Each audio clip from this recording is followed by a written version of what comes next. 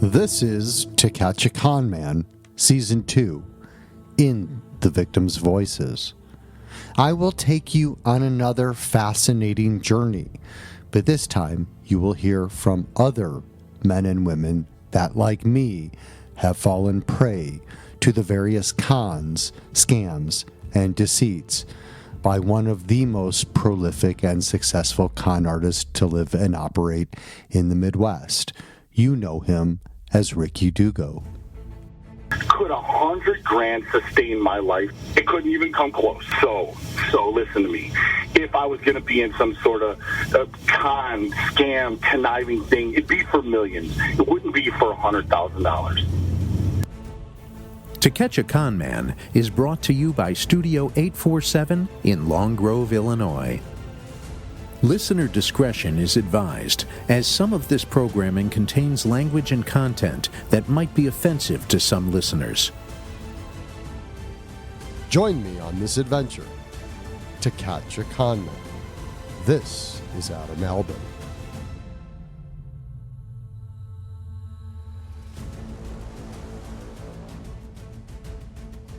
While not a victim of a scam, con, or fraud, R.E.M. reveals why, after such a bad experience dating Ricky Dugo, she continued to wonder what happened to him nearly 40 years later. Without regrets, she provides us with some answers that we have been looking for, and some of her theories around why she thinks he turned out to be such a bad apple.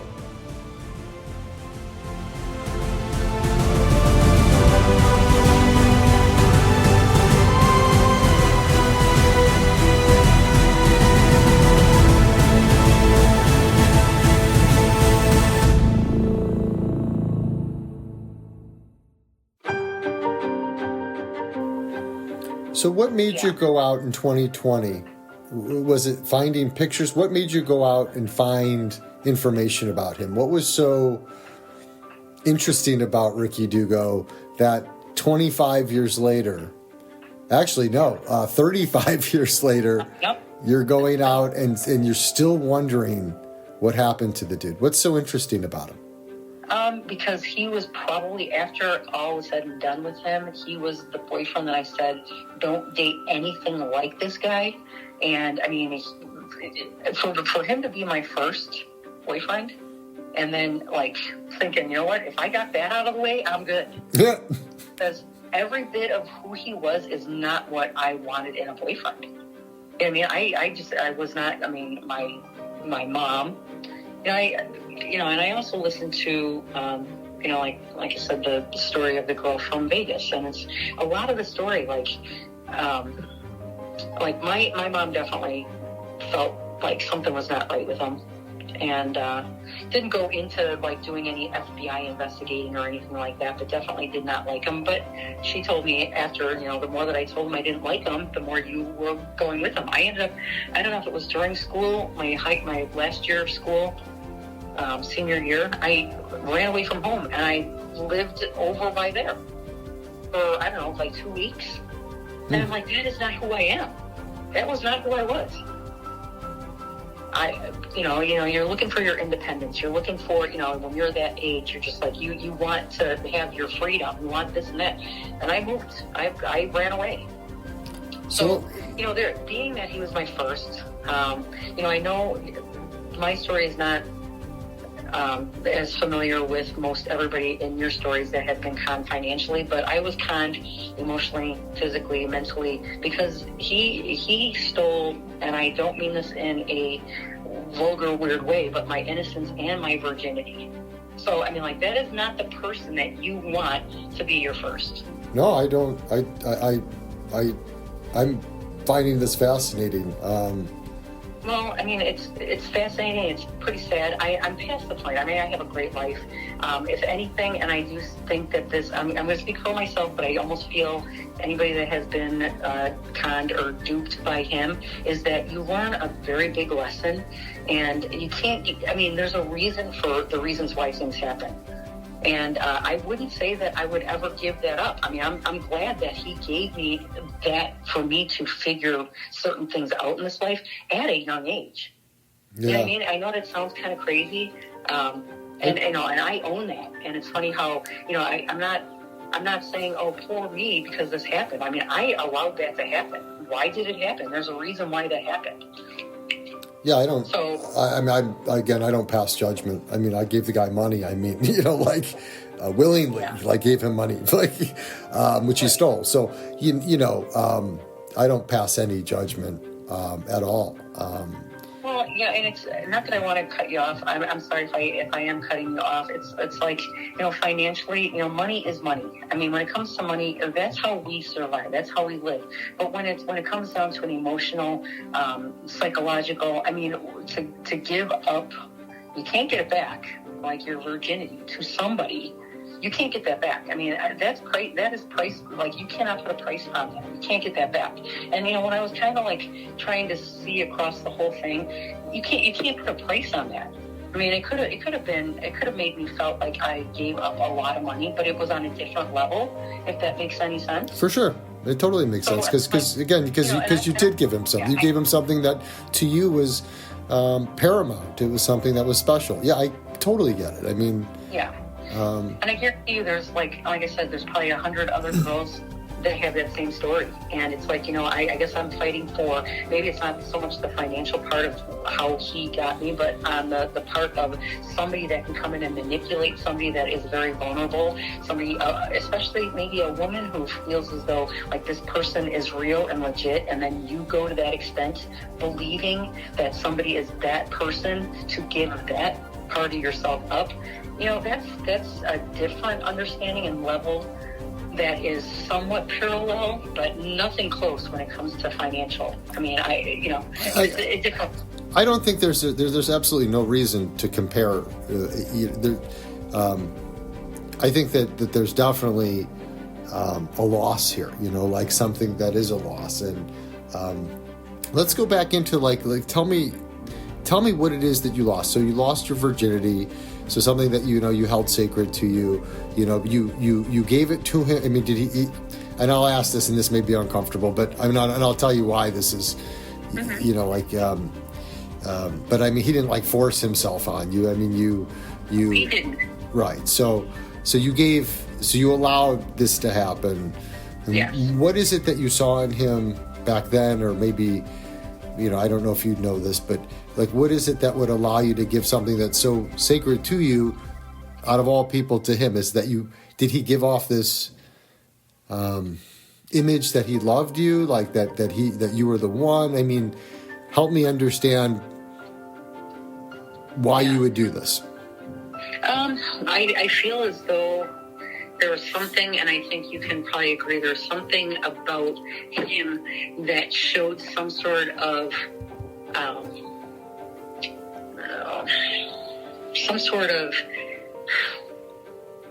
warmth that you wanted to trust him, I guess. I don't know. I think being that he was one of my first, he was different than anybody. He was not from my high school. It was something that took me out of my normal routine of what I've only known. I put all my trust in the fact that we were boyfriend and girlfriend. I mean, there was no questions, no doubts. I mean, I just we're boyfriend and girlfriend. So whatever he did to make me feel that secure, I don't know if it was, and again, I had nothing to compare it to because I didn't have any other boyfriends, or at least a healthy version of what a relationship should be like. I came from a divorced family. I mean, I didn't see, my mom never remarried. I saw, so I didn't have that. And maybe I was searching for it. He was, maybe he saw that in and took advantage of it. I don't know. There's times that I felt that he was protective. Sometimes, he was a bigger guy. I don't know. I don't know. I don't know if I felt like I was forced when the time happened because we had been dating a little bit. I don't know. I mean, you can't really understand what love is when you're that age. I mean, still at 56 years old, you still question what is love. Definitely the thing that I got from him was that I had a very hard time trusting anybody after that. And unfortunately, that played into my whole life, but I don't know if that's a good thing or not to be guarded. I mean, it's sad. Yeah, I mean, there's always a Dugo hangover. I mean, but we just all hope that eventually we all learn from it and eventually, like for me, I hope to bury all of this someday. This is definitely not my defining moment. I will not allow him to have my most defining moment. So and same here. Like I said, he hasn't really even come up. I saw him the one time at the Hawks game that shuddered me, and it was like, and it was probably about 7 years after that is when, I had gotten divorced. I was going through, I was living in a place that I had to move out and go somewhere smaller, so I couldn't bring everything. I'm like, I don't even know why I still have this. Literally, it was like 3 days before I saw that whole thing that was Don't Be Scammed by Ricky Dugo that I'm like, I just threw everything out, like everything. But like I said, the pictures that one girl, Kim, had put up, 3 of those pictures in there were mine. And it's very interesting. I wonder how she got those pictures. He was bringing them to her. I mean, like, no doubt she probably was the one screaming on the phone while I was dating. I'm like, who's over at your house? Who knows? Yeah, it's like a rinse and repeat kind of thing.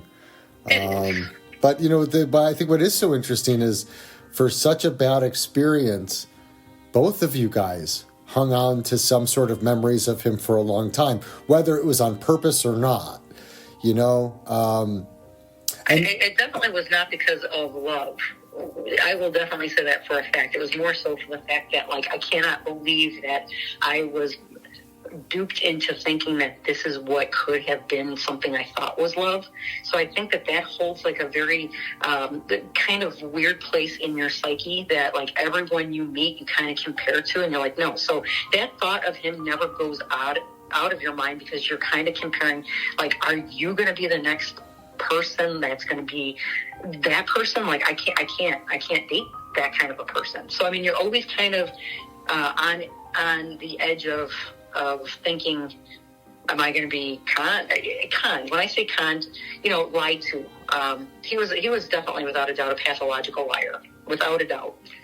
And I'm like, I'm looking for red flags every relationship I have. So and this is just advice, right? I mean, obviously you're older in life. Hopefully, I mean, at this point, I mean, like, you'll never meet another person like Dugo. I can guarantee it. There's nobody. There's definitely. I think I'm like, my nature, like, opens the aura up to narcissists, without a doubt. I know that is my path in life, and that's what I've needed to have to figure out.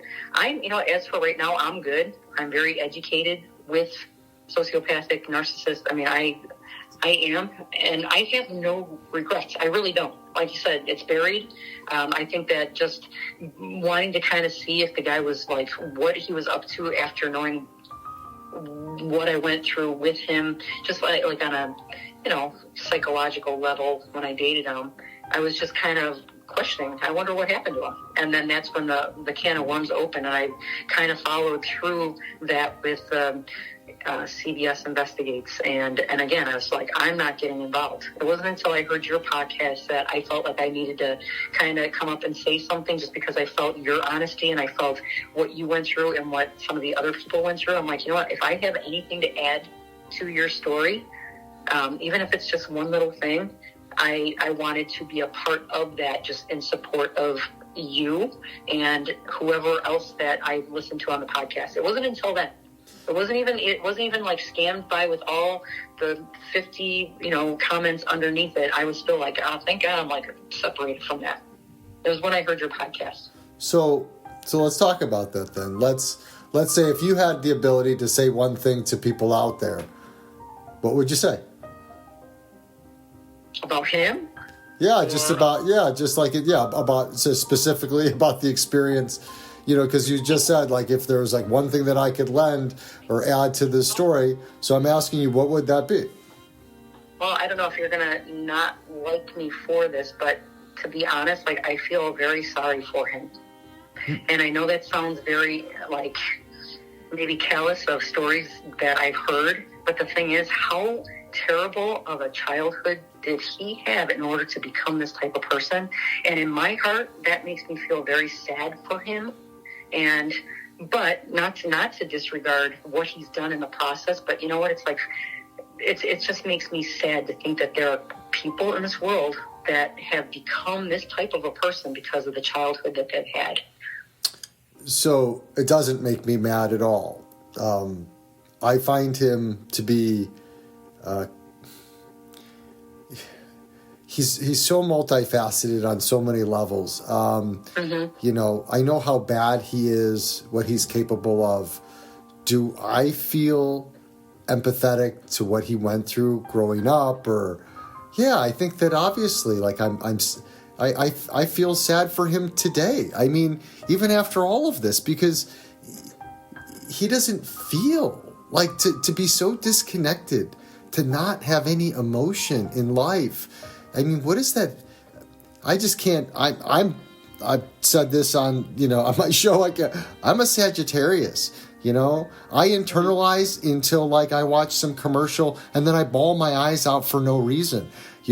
Like, I feel things, and I just can't imagine going through life having that ability not to. And I just can't understand, like you say, like, what happened so early on that makes him like this. But I do feel sad for him. I feel sad for him for a lot of reasons. I do too. I feel as though, like, just looking back from what I saw, and again, I couldn't really assess that situation at the time, but in hindsight, I do see a mother that was very hard. Possibly I saw a dad that was not in his life that maybe he yearned for and wanted to be like, whether it was a made up backstory or whatever. I feel as though if it's true that he was dyslexic and he didn't finish high school because of that, I'm sure he was ridiculed. I'm sure he was bullied back then. I mean, it all makes sense in the back end that, here's this big guy, a bigger than life guy, because he was so skinny and he was so insignificant in his life that he had to be this bigger and larger than life person to be taken respectfully in that way. So it's just, there's just so many different things that, like, certain pieces that kind of come together. And I always try to figure out the reasons behind why people do the things that they do. And it brings me back to me feeling very sorry for the life that he had to endure that made him this way.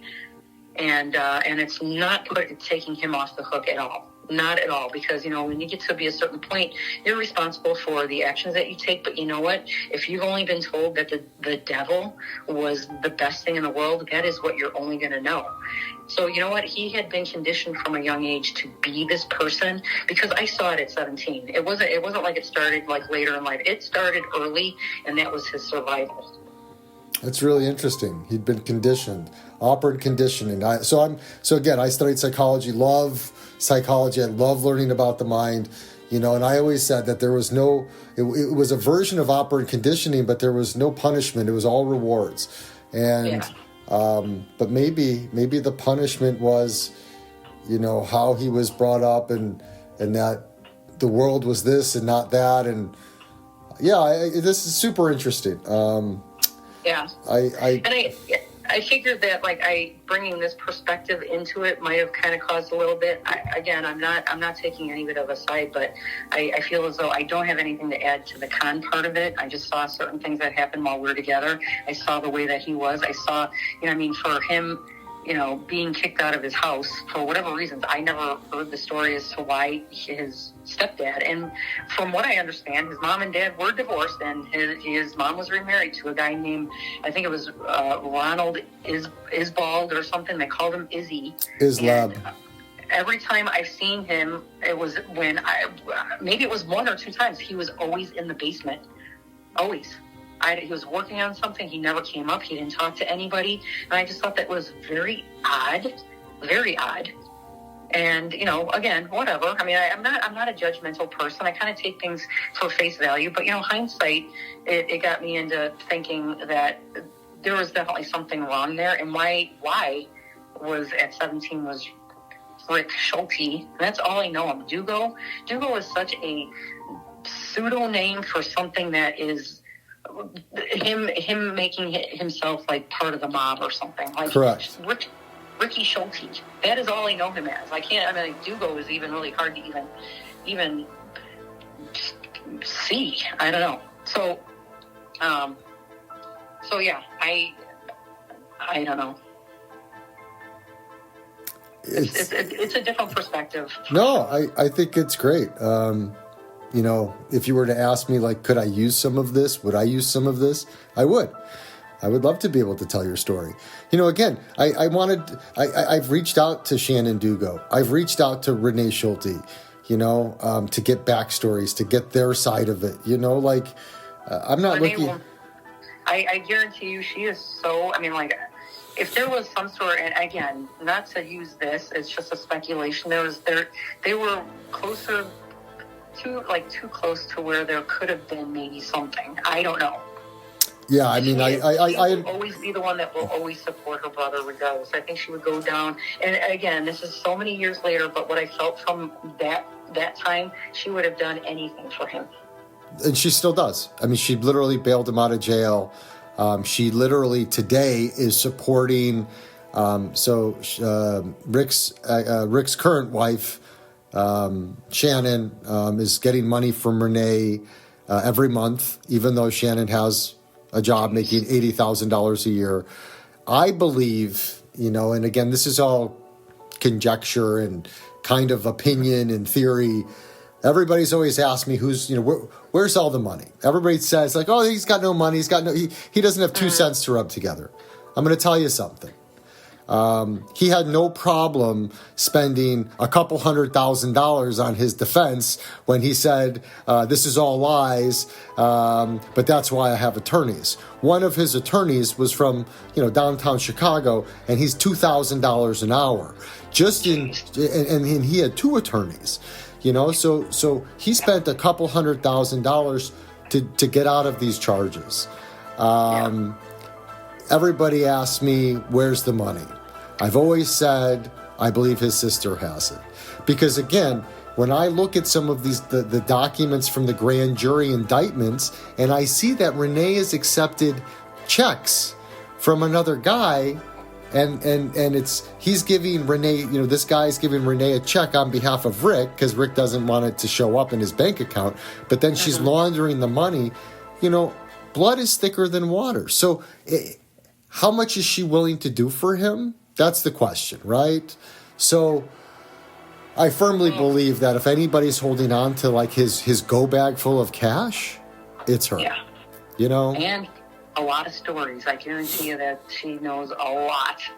But you know what? I don't know if there's got to be some sort of hammer that comes down to put her in a position to either, you know, a plea thing saying, you know, you tell us what you know, or you're going to prison too. Yeah, they pass. I mean, there's no that she can get away with being that middle person and not, you know, take any sort of blow from that. But yeah, they passed on the opportunity. They weren't going to charge conspiracy, and the reason, like the whole thing of, you know, there's a whole lot, but the whole conspiracy thing is very hard to prove in Illinois. This just sucks. I mean, like, there's no justice whatsoever. I mean, it's plain and simple. What he did was wrong, and what she did was wrong, and people, like, turn their head the other way. It's unbelievable. I don't disagree with you. I think there's many problems with the law in general, especially when it comes to white-collar crime and theft and person-to-person, you know, fraud. It's nobody cares. And again, I'm not. This isn't a platform for any of that, but you know, maybe it is a platform to initiate change. You know, that, you know, my wife and I were talking about, what do I do next with this, right? Like, where does this go? And we started looking up, like, our state representatives that are in our area that I could write to and maybe, you know, get an interview to just try to ask them, how do I go about taking these things that I think are changes that have to happen when something is of a serial nature and you've got crimes that date back 30, 40 years that are all identical. They're just different people or different places or different times, but the scam is the same. Like, right. there I has think, to... I mean, just listening to your podcast, listening to you now, you're very educated, you're very smart, you definitely have a very good speaking voice, but on top of that, I think you do have a very good story to tell, and I think the only way it's going to be probably looked at and considered, I mean, you've seen the Tinder swindler, right? I've never watched. So just to give you some background, while I'm dealing with all of the last 5 years, from 2018 on, after I know that I've been conned, I stopped watching anything that had to do with being swindled or conned. Because I was so enraged, and just seeing it again, it just stirred too much, and it triggers. It definitely triggers. So it still triggers today, but. No, so I'm just getting back into. I'm not to say that like I'm reemerging in society, but I mean, I turned the TV on last night and I was watching with my wife like the story about John Gotti, and they're talking about all the words that I'm using in my podcast. I use emboldened, I use surreptitious, and I use all of these words, and I'm like, these guys are using my words. So I just. Well, it definitely sounds like it's still very fresh for you. I don't know the whole timeline of your story, but I do think you do have a good story. I think with anything, like a death of anything, it takes a while before you emerge, and when you emerge stronger. I think you are kind of on that line. I can feel it just from your podcasts, that I do think that you have a really good story to bring to a documentary or some sort of something for TV, and that is the only way people are going to stop and notice. I hate to say it, because anything else, it's just, you know what, in this day and age with what's going on in the world, everything is just kind of like brushed off. It's because we've become very numb, and unless you can actually visualize something, whether you use a whole different set of people's names, even a different name for Dugo, whatever, your story needs to get out there. I mean, there are people that are like this, that other people cannot even believe that somebody can do this. Yeah, I agree with you.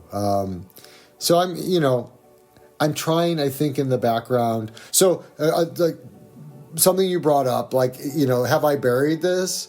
I buried this a long time ago. I buried this the day that he was found guilty in front of me. I buried all of this. What you hear from me is just passion. I'm very passionate about this. I always wanted to do something, write a book, write a story. I never thought I'd be in front of a microphone doing a podcast. Yeah, and I haven't. And so I set out to accomplish something. I had a short window because I was trying to time it with the Men's Health article that came out.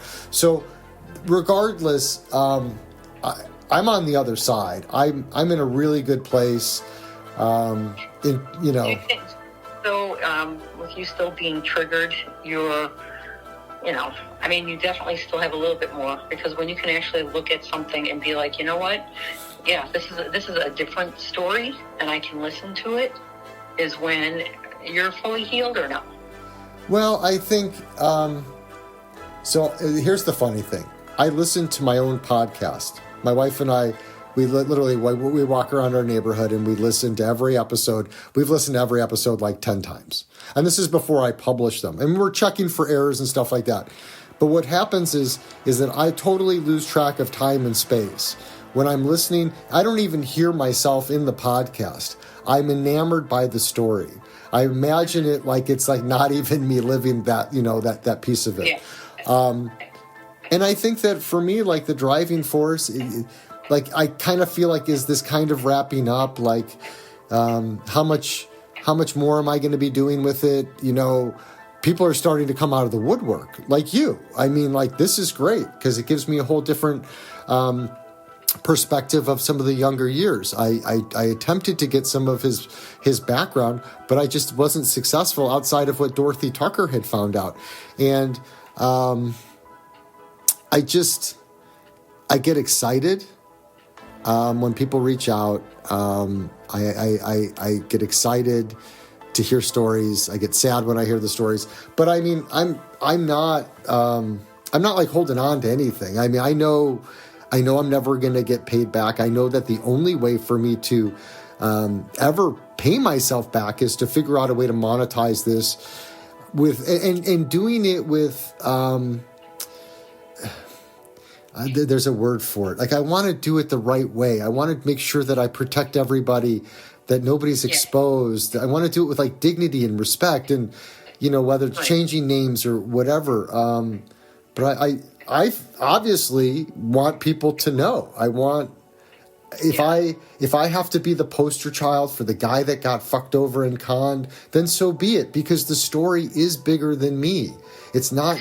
It's bigger than all of us. So. Well, I think you knowing who you are as a person, your mama did a great job raising you, because you know who you are, and you are at peace with that. Everything else is secondary, and that's the reason why you're able to pull yourself. But you told me you went through psychology and all that stuff. This is very intriguing, because this is all part of the psychology. Who would have thought that you would have been a part of a big story of what brings you passion? I know that sounds kind of weird, but it's true. The same thing with me. Psychology is one of my biggest things, and I probably became more that person after I went through what I did with him.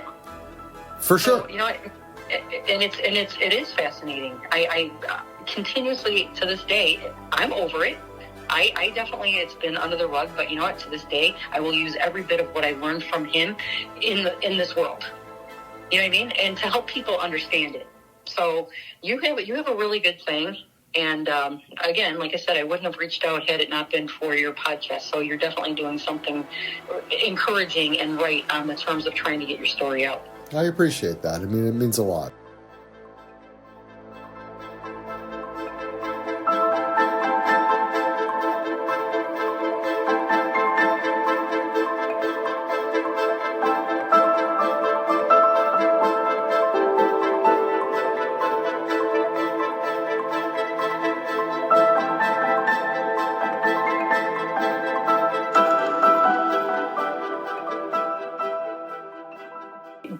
Stolen was somebody's virginity, because of the guise of who he said he was, and was very believable, kind of a thing. And not to ever discredit that for a woman would be ever disregarded, because it's a big thing. I mean, that's a big thing. But it's on the flip side, you've got even just the big thing on the amounts of money that on the back end as he's gotten older. So, I mean, there's like a point, like a start and a kind of finish as to what con can do to a person mentally, physically, emotionally. And it doesn't have to concern money, or it does concern money. You know what I mean? It can be emotional con. It could be, you know what I mean? So I think that is something, I guess, that I wanted to say. And also, as for a different perspective as to the reason why somebody can be so manipulative, and the upbringing, that is just not who you are as a person, because of nothing. I mean, there's something that definitely deep-seated happened, in my opinion, that made him who he is today. But you don't know what that is. I don't, but like the little bits that I have, like his mom, I wouldn't be surprised. Again, his mom was not a very warm person. So maybe, if he's looking for that mommy thing, he didn't get it. And then when he went to go turn to his dad was not around. His stepdad kicked him out of the house. I mean, he maybe survival of the fittest with being dyslexic. If that is all true, he's had to learn to figure it out for himself and be that person that he always wanted to be in his Walter Mitty world. You know what I mean? Like his own made-up fictional world. And he somehow polished it to the point where he was able to do it successfully for so many years. I mean, there's a lot of psychology behind how this all came about. I don't know. I can't tell you that I know for certain what it is. I can't even, I couldn't even say, but.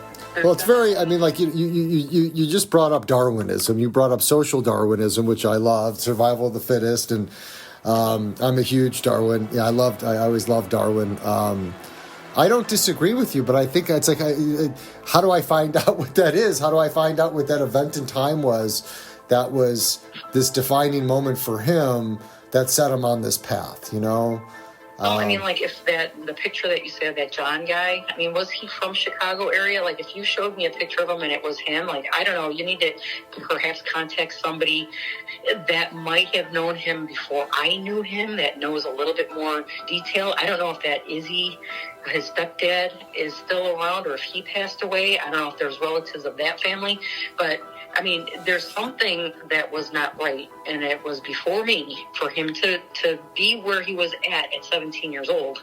So, yeah, I don't know, maybe reaching out to somebody from his younger days. Yeah, maybe. Well, this has been fun. Yeah. This is really wild. And again, thanks a lot for the AA having the courage to reach out. Thanks for the support on the podcast. I do applaud you for you having the courage to step forward and being the voice behind a lot of people that wish they could have done that. So, kudos to you. And again, kudos to how you were raised to know your worth and know that, you know what, regardless, I'm still going to be who I am, and I'm going to make this be something that people should be aware of, not just in this case, but throughout life. Like you don't just question things. So I give you a lot of kudos with that. Again, it was your strength behind your podcast of what I heard and how you handled the people that you had on there that made me trust in even telling you my name. So, you know what? I mean, you definitely have a good thing going.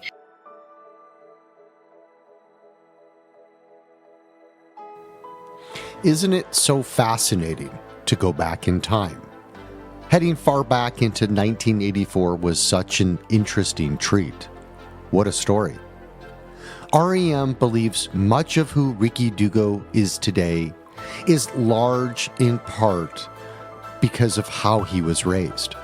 There is a level of empathy that you hear, and we have to wonder, was there a significant deep-seated event that occurred when he was a child that turned him into the monster he has become today? We will have to continue to wonder. Coming up next, a very special 2-part interview from one of the caregivers that worked for the Dugos in 2016. Let's head back to the Lake of the Ozarks next